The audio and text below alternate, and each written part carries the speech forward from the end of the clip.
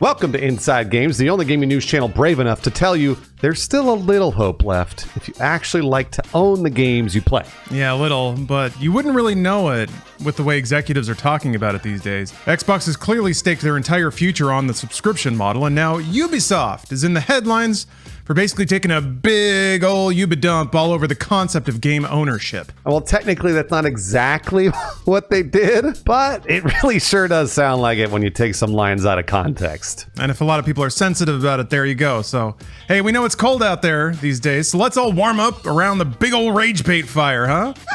All right, now we know streaming and subscription services are all the rage these days, but a Ubisoft executive confirmed to gamers' worst fears that our beloved industry is fully headed in that direction. That's where the gold is, apparently. We're talking about an interview that Ubisoft Director of Subscriptions Philippe Tremblay gave recently to GamesIndustry.biz. In the interview, he talked about Ubisoft's own subscription service, Ubisoft Plus, which he said has seen millions of subscribers over the last 4 years who have played over 500 million hours of games. Oh, well, congratulations, Ubisoft. In that interview, Tremblay discussed the subscription model, and he compared it to the shift that we saw around CDs and DVDs, from ownership of physical media to subscribing to streaming services like Netflix and Spotify. And by the way, Lawrence, they're all doing amazing. Yeah. It's money everywhere. And what's more important, Bruce, is that us, the consumers, are extremely happy with all of it. Sheesh.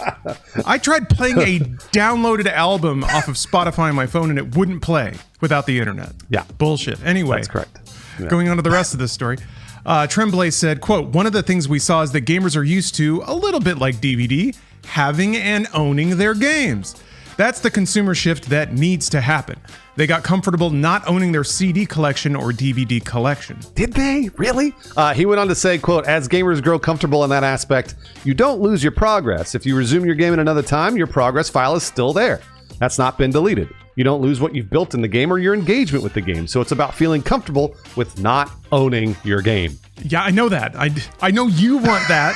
We know that. Anyway, Tremblay said eventually your old physical games will be like his boxes of old DVDs, adding that as people embrace that model, they will see that these games will exist, the service will continue, and you'll be able to access them when you feel like. That's reassuring. It's not, though. No, not at all. It's not! Because the way it works right now is things drop off of streaming services and it sucks. Oh, yeah, all right. After this came out, Ubisoft soon learned that gamers did not feel the same way as Tremblay did. The gamers don't feel the same way as Ubisoft's director of subscriptions? How strange. The negative reaction was pretty harsh, even for the internet. I mean, the phrasing didn't help either, saying that people need to get used to it. Oh. Yeah, YouTuber The Act Man said that he was quite comfortable and happy with his physical collection of games. Others swore to never buy another Ubisoft game, and many suggested that pirating would be a feasible option if paying for a game means you don't actually own it. Yeah, the meme. If buying isn't owning, then downloading isn't stealing. And this is actually really surprising. Ubisoft's stock price dropped like a rock after the interview came out. So wow, that's pretty rare. Yeah, and I couldn't really find any other reason that it might have done that. So that's really interesting. Interesting. We'll go over all the other angles on Tremblay's comments and the future of game subscriptions in general right after this quick word from our sponsor, Soylent. Today's episode of Inside Games is sponsored by Soylent, the world's most perfect food. How can they claim that? Well, they hacked food, hacked it wide open. With science, not with people, unlike Soylent's namesake in the 1973 movie Soylent Green. That said, they do have a green mint chocolate flavor that's become one of my favorites. Coincidence? Soylent ranges in price from $2 to $4 per serving. So, millennials, why spend $55 on avocado toast when you can just have a Soylent in the morning, let your bank account get nice and fat while you get nice and skinny? It's all part of Soylent's plan, though. They want to make complete sustainable nutrition accessible, appealing, and affordable to all. To help fulfill that mission, they work hard to make sure the price per meal stays as low as possible. And guess what? We've got an even better deal for you. The first 500 people to use the link in the description and use code INSIDEGAMES30 will get 30% off their first subscription to Soylent. Now, personally, I really like the latte and mocha Soylents. It's a breakfast and a cup of coffee all in one for loose change. It's great. Again, the first 500 to use our link in the description and use code INSIDEGAMES30 will get 30% off their first subscription with Soylent. Thank you for the support and the delicious drinks, Soylent. Thank you very much, Soylent. Getting back to Ubisoft. All right. We're journalists. We got to try to see things from both sides, right? We hate to admit it, but we can kind of see where Tremblay is coming from, even if we don't agree with the way he said it. Yeah, as lifelong gamers, neither of us are really thrilled with the concept of game ownership fading away, obviously, but we're also enthusiasts if we take Tremblay's comments with the tiniest shred of good faith. He's not necessarily wrong. Yeah, he's talking from the business sense and how the numbers move. He's talking about the mass market, you know? The same folks that don't mind watching all their films through subscription services. Cinephiles are the ones still buying Criterion collections and getting all the goodies and director's commentaries. That's us. That's you. We're the ones that he doesn't really care about. That's right, yeah. So if we apply the same dynamics to gaming 10 years down the road, the mass market will probably be just fine not owning anything, whereas the enthusiasts like you and me will still want ownership. But generally speaking, the mass market may just want to stream it. The casuals, Bruce. We can call them what they are. What's most troubling, though, I think, and I think this is the fear that these comments are really stoking, is that the option of physical ownership will disappear. A much more concerning trend. Yes, absolutely. Still, statements like that are the exact thing that enthusiasts, nay, us gamers, I hate that word. Man, I can't stand that word, have been dreading for absolute years now. Nobody wants to hear that we're not going to own anything. Yeah, and luckily it's not just the gamers that disagreed with Tremblay. The founder of Larian Studios, which most recently released Baldur's Gate 3, said his company would never put their games on subscription services. Of course he is. You know what? He's the darling of the internet right now. Yeah, he's saying all the right things. I love it. CEO Sven Vink told games industry, whatever the future of games looks like, content will always be king, but it's going to be a lot harder to get good content if subscription becomes the dominant model and a select group gets to decide what goes to market and what not. Direct from developer to players is the way. Absolutely. Yes. Yep. Yeah. And then capitalism gets to decide, which, you know, it's a double-edged sword in itself, but that's fine. And that's why, you know, Larian hasn't made Baldur's Gate 3 available on Game Pass. Last month, Vink told IGN that we made a big game, so I think there's a fair price to be paid for that, and I think that's okay. This is what allows us to continue making other games. Ultimately, the shift to subscription services is, like we said, the worst fear of lots of gamers. That you don't actually own anything and that your games could be removed from a service at any time, which, by the way, has happened a bunch. Or they could disappear permanently if the service goes under, which could also happen. Or worse yet, your entire library is held captive by a single company that can raise prices on you at will. And Valve hasn't done that yet, but they sure have a lot of my games. Yeah, and luckily PC is a competitive platform, but to me, I always think about Apple. They got people in their ecosystem, they made it friendly to use, and then they get to charge like a $20 margin on all their accessories and stuff. So, yeah, it's kind of contrary to what gamers like, which is cheap games that are, you know, born from competition. Yeah, this is a terrifying vision of the future, to be sure. But like we said at the beginning, there's reason to hope it won't turn out that way. Subscriptions as a business aren't growing that much these days. NPD analyst Matt Piscatella chimed in on the controversy, writing that subscription growth has actually flattened. And in the US, subscriptions on console and PC platforms accounts for only 10% of total video game content spending. But subscription services do throw a ton of gas on particular games, which I thought was pretty interesting. In a separate thread, Piscatella noted that subscription services caused Power Wash Simulator and Goat Simulator to just blast up the active user rankings on PlayStation and Xbox, respectively. Yeah, the recent Sony leak has revealed that PS5 players spent more time playing single-player games, actually, than multiplayer ones. And those aren't necessarily part of the subscription services. Yeah, but it's at least a little pushback from the like games as service onslaught and excessively monetized everything. You'd like to hope. And while gamers are overwhelmingly buying digital, it had 95% of the market revenues last year, according to Games Industry. The backlash shows that they'd rather still own a digital copy than just having access to it.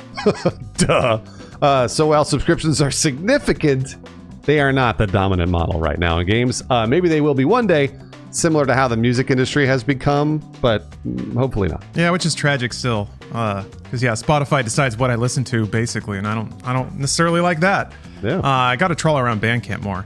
And speaking of, the gamers are still in the Bandcamp territory. We like to own our stuff, right? Yeah, it's true. One of the most dedicated forces for ownership couldn't help but chime in on the matter as well. In a cheeky Twitter post, Good Old Games invited everybody to feel extremely comfortable with owning your games on GOG. They are DRM free over there.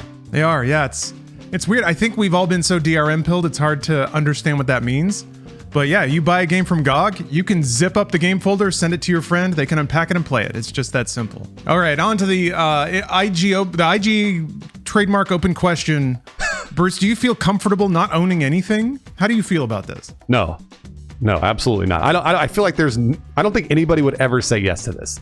It's one of those things where like people corporations have gotten us feeling okay about streaming services, but just recently this has been happening a lot in games. I think also WB just started taking some movies and stuff off of they're just like pulling things. Like Westworld is gone off of Max. That's just gone, and you can't watch it anymore.